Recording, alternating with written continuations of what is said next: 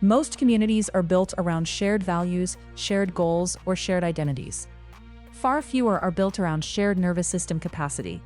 This oversight is subtle but consequential, particularly for neurodivergent individuals navigating workplaces, professional groups, and support-oriented spaces that claim inclusivity yet quietly erode regulation. From my experience across corporate, health, and neurodivergent contexts, a consistent pattern emerges. Communities rarely fail because of a lack of goodwill. They fail because they are designed for cognitive conformity rather than physiological diversity.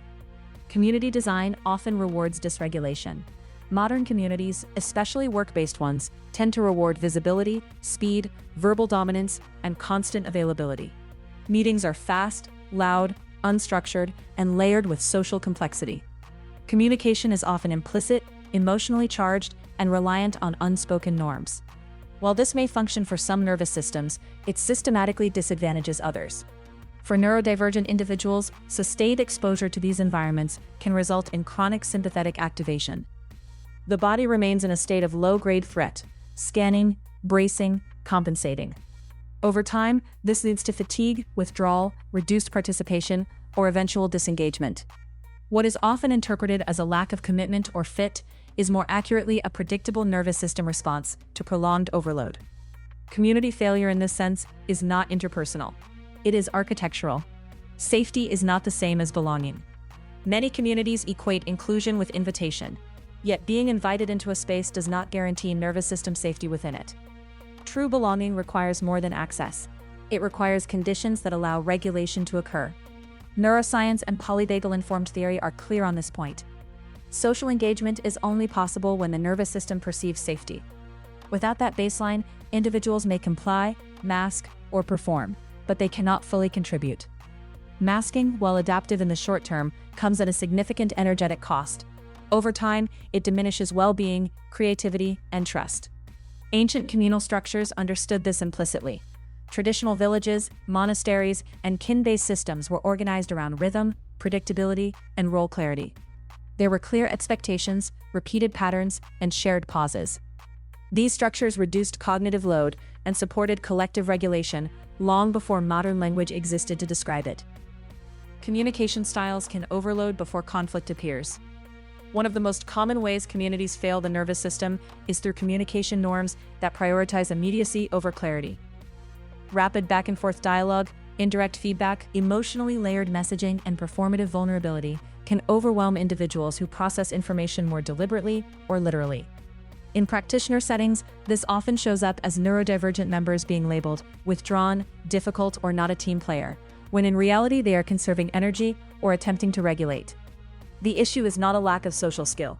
It is a mismatch between communication demands and nervous system bandwidth. Communities that support regulation tend to normalize clarity, written follow-up, predictable formats, and reduced emotional ambiguity. These are not accommodations for a few, they are performance enhancers for many. Regulation is a collective responsibility. A common misconception is that nervous system regulation is an individual skill. While personal tools matter, regulation is profoundly shaped by environment. Lighting, noise, pacing, meeting structure, social expectations, and recovery time all influence physiological state.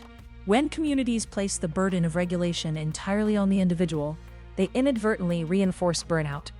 In contrast, communities that embed regulation into their design, through realistic timelines, clear roles, opt-in participation, and respect for energy limits, create conditions for sustainable engagement.